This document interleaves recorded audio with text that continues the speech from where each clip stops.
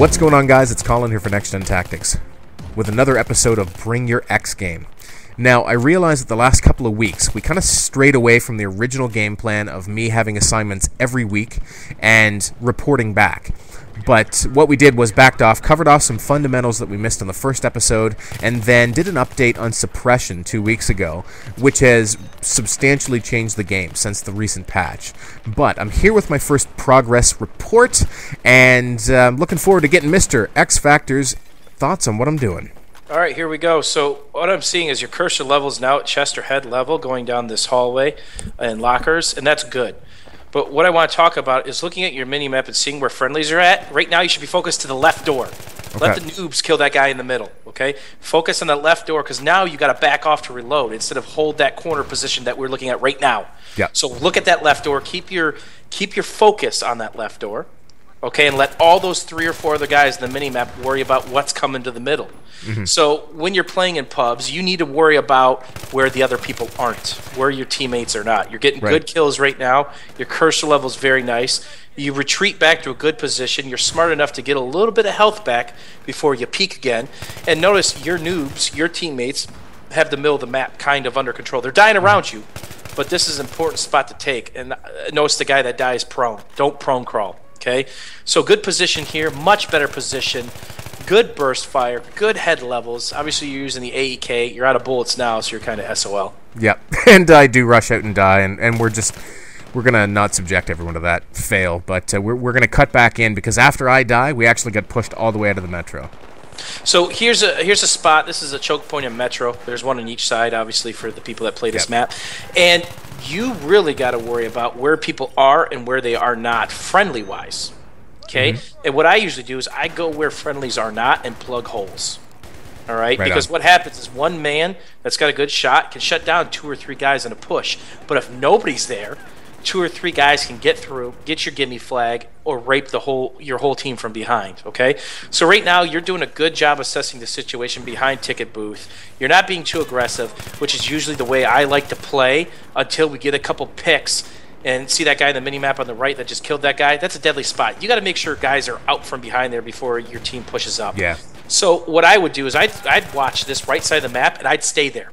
I'd play middle ticket booth. I'd play right side, because you got enough guys in bank and to your left, kind of pushed up. There's a hole on the right. There's 3 or 4 guys on that right side of the stairs or the escalator, and they're gravitating towards that side because that's where they're moving picks at, okay? So notice that, pay a little bit more attention to the mini-map and work those kills. You do a lot of moving forward and back, and I'm going to address that later as you're shooting. And what I want to address is how to use your cover and how to shoot at somebody while benefiting from said cover and making sure you stay under cover. So, you know, this is some pretty smart gameplay. Nothing I can knock you too hard on here. The AK is phenomenal for this map, especially these mediums, close quarters. And you're going to use prone properly. Prone is a defensive mechanism. It's used to cover your reloads like you're doing now, or if you think you're about to get smauled in the face. One thing I will recommend, drop a health pack. If you know you're going to be in a spot for a minute, drop a health pack. The things regenerate so fast now, it can keep you up through a couple smalls or a couple grenades that hit close to you. Okay. But now you're doing a good job of watching a lane. Before in lockers, you kind of went back and forth between 2 or 3 spots. This is how you watch a lane. You pick a spot, depending on what the rest of your team is doing, and you kind of camp it till you get a couple picks. And obviously, you guys established position, now you're rushing. One thing not to do, don't run around that corner. Right. Stay still, walk it, and now back rage them. Good back rage. I'd throw a grenade right here, then go, because obviously you guys are on the burn now. You're taking that flag down. But your aim's pretty good. You drop a couple targets. You run out to 0 bullets, so it's an extra long reload, which is already painful enough in the AK. You kill a couple more guys. One nade on those guys from behind, they're not going to see it. Or if they are scrambling, that gives you easy targets to shoot at, because your wings are going to help you. That's a blind spot right there. If you throw a grenade right in it, those guys have to move. They're going to get killed by everybody else looking at on those angles. Okay, cool. Thank you. So now we're on to Seine Crossing and a bit of rush defense. I've now switched it up to the M16, which I honestly think I'm preferring for the CQB mid-range type combat, with the AK-74M being my favorite for mid to long. Yeah, I'd agree with that statement, and I play much the same. This is a great weapon for CQC and medium if you don't want the huge recoil and deviation of like an AEK or FAMAS. So you're doing a good job here. You got a lot to worry about. Okay, here's that cover spot. Right. You walk forward. Instead of using your cover, you should have hip fired him. You didn't go ADS because he's not looking at you, and you should have stayed back. Instead, you're walking forward, exposing yourself to 2 or 3 lines of sight. Right. So in this game, it's about controlling those angles of attack. If 2 places can't see you, they can't shoot you.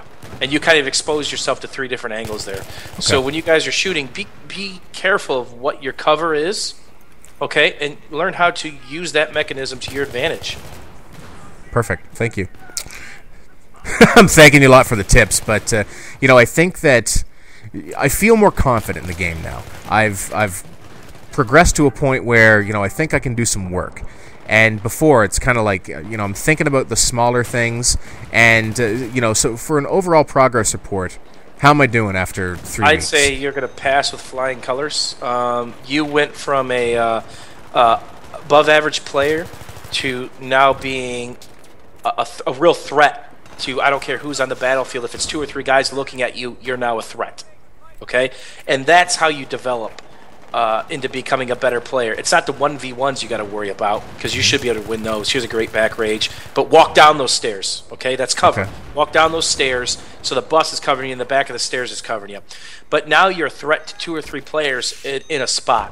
When you become that, now you can shift an entire game just by being in the right spot. Okay? Because great players can handle 2 to 4 average players in a snap second. Because their thought process, the way they use cover, the way they res, the way they don't res, all these factors now become part of the micro game that's within Battlefield 3. So one of the things that I get a lot of is that I don't res enough. And I'm actually trying to be a lot more mindful of when I go for a res. Now, if we're in a tight situation, low on tickets, I'll jump out and risk the res. But back there, I left a lot of teammates down because I wasn't sure who was there. I didn't know if they were peeking that sight line. If you see a mini-map, okay, the second you take the gun out of a skilled player's hand is the second he dies. He's a free kill. So what happens, sometimes the smart play is not to res.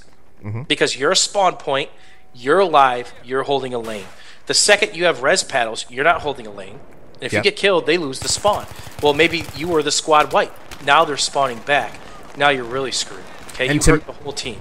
And to me, that's especially important to keep in mind on rush defense. You have unlimited tickets. Holding the lanes is more important than, you know, if you have a safe res, then take it, in my opinion. But if I can stay there as a spawn point and hold the lane down, then I'm going to do that versus, you know, stick my head out for a res. Yeah, some of the best players in the game barely go 2 to 1 because they know when to res, they know when to push points and play the objective, but they play smart. Okay, I'd rather have a smart player than a guy that's just a kill machine, because the guy that's a kill machine is going to get outplayed and outmaneuvered the entire map.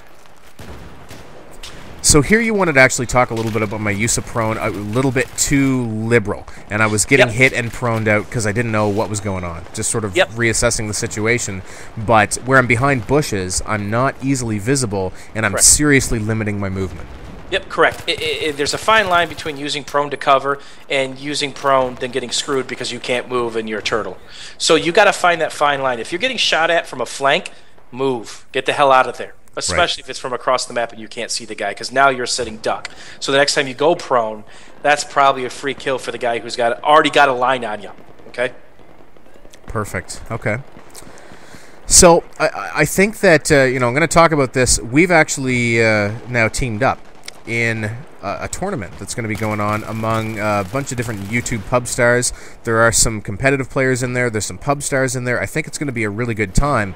But going forward with this series, what we're going to do is actually break down week over week my gameplay in those matches. So it's going to include map tactics. It's going to include, you know, individual player tactics and that sort of thing. I'm really actually excited about doing this. And so what are your thoughts on that? How are we going to be able to take this series to the next level as I try and bring my X game into that tournament?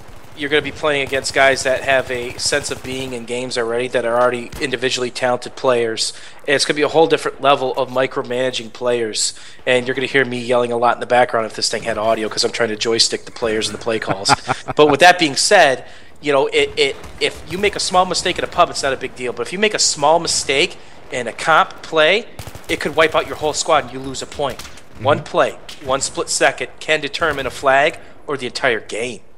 Yeah, absolutely. And we've got a little bit of experience in that at this point. And, you know, guys, we're going to take this series.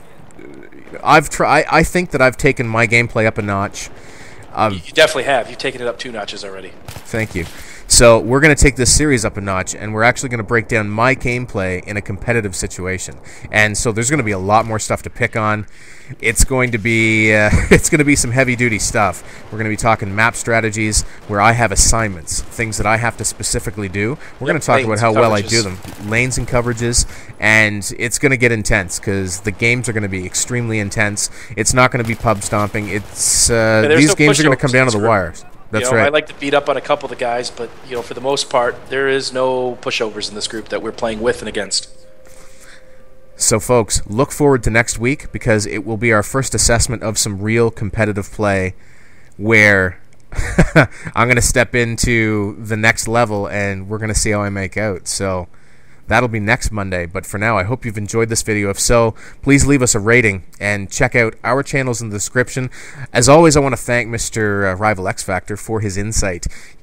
In 3 weeks, I really feel that he's helped me take my game up a couple of notches as he assesses the situation, and I'm grateful, very grateful. So thank you for the opportunity. Hey, thank you again for having me, and I look forward to the next couple weeks. I think it's going to be fantastic. Cheers, guys. We'll talk soon.